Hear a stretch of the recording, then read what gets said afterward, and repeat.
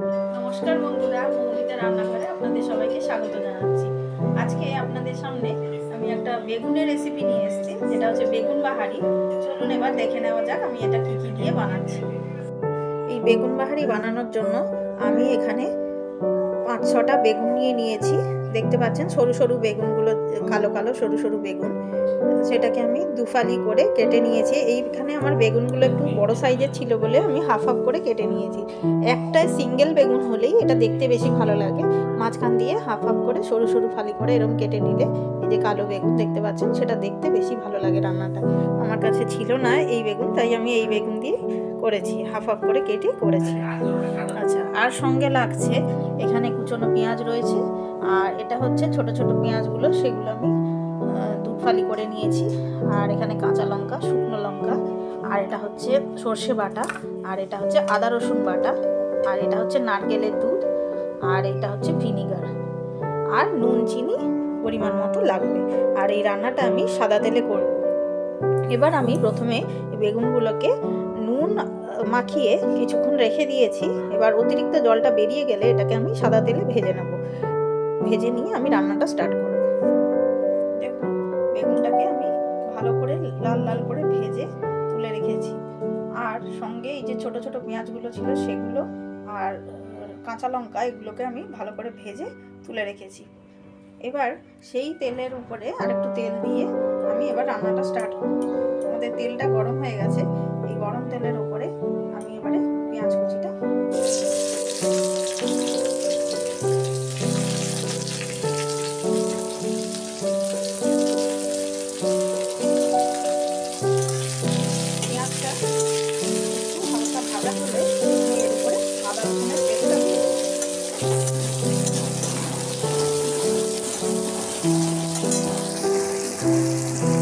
এবার এই দেখুন পেঁয়াজগুলো লাল লাল করে ভাজা হয়ে গেছে। এরই ওপরে আমি আদা রসুনের পেস্টটা দিয়ে দিলাম। দিয়ে আদা রসুন পেস্টটাকে ভালো করে কষাতে হবে।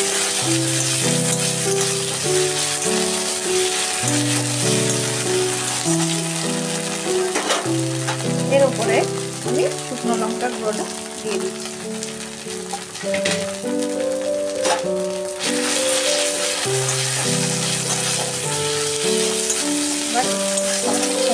মশলাটাকে কষাতে হবে। এই আদা রসুনের পেস্টটা মোটামুটি ভাজা ভাজা হয়ে গেছে। এবারে তারই উপরে আমি একটু সর্ষে বাটা অ্যাড করছি।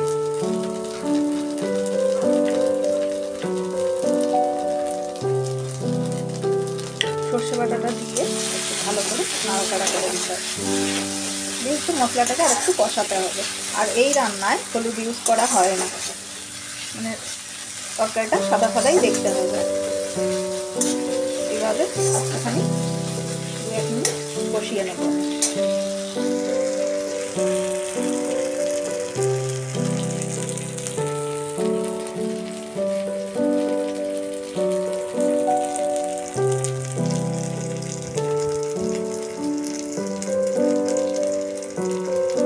আমাদের মশলাটা মোটামুটি কষাই হয়ে গেছে, কষাটা হয়ে গেছে, তেল ছেড়ে দিয়েছে ভালো করে।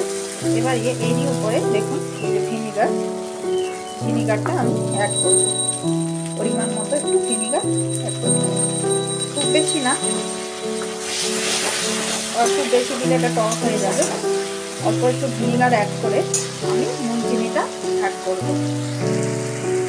এবার আমি পরিমাণ মতো একটু চিনি দেব, আর সামান্য নুন দেব। নুন দিয়ে আর একটু এইভাবে নাড়াচাড়া করে দিয়ে আমি এর সাথে বেগুনগুলো অ্যাড করব।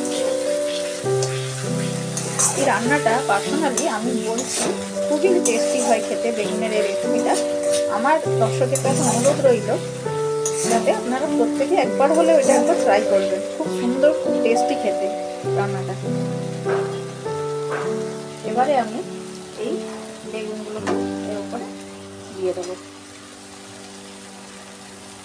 আর আপনারা চেষ্টা করবেন যাতে গোটা গোটা বেগুনগুলোকে রাখা। আমার বেগুনের সাইজগুলো একটু বড় ছিল, তাই আমি একটু কেটে দিয়েছি মাঝখান থেকে, নাহলে ভাজতে প্রবলেম হবে। কিন্তু গোটা গোটা বেগুনটা থাকলে দেখতে বেশি ভালো হয়।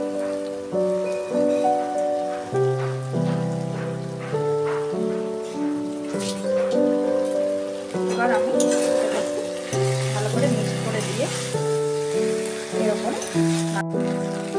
এটাকে ভালো করে মিক্স করে দিতে হবে।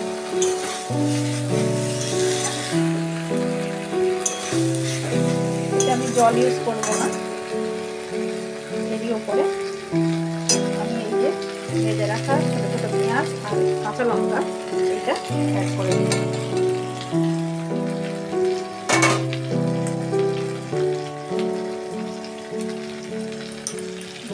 আরেকটু মিক্স করে দেবো।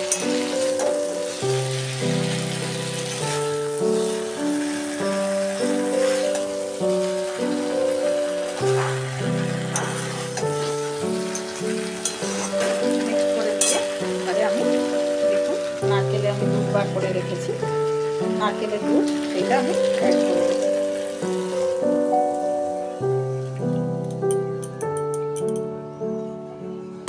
নারকেলের দুধ দিয়ে বেশিক্ষণ ফোটানো যাবে না, জাস্ট হালকা একটু ফুট উঠলেই আমি এটাকে বন্ধ করে দেবো। নারকেলের দুধ দিয়ে বেশিক্ষণ ফোটালে সেটা নারকেল তেলের গন্ধ ছেড়ে যাবে, তাই অল্প একটুখানি জাস্ট ফুট উঠলে আমি এটাকে বন্ধ করে দেবো। এই সময় নুন মিষ্টিটা একটু দেখে নেবেন, নুন মিষ্টিটা ব্যালেন্সটা যাতে ঠিকঠাক থাকলে রান্নাটা খুব টেস্টি হয় খেতে। আর এটা একটু টক মিষ্টি ধরনের খেতে হয়।